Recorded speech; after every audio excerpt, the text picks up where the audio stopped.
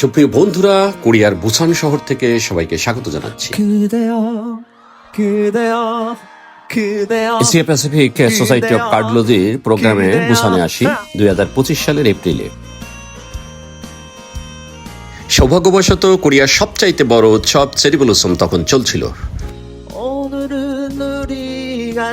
এখানকার কিছু চিত্র ধারণ করি, চলুন দেখতে থাকি এই চেরি ব্লসম উৎসব।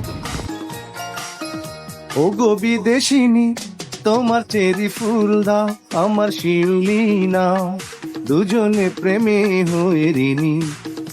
ও গো বিদেশিনী, মার্চের শেষের দিক থেকে একের পুরো এপ্রিল জুড়েই চলে এই উৎসব।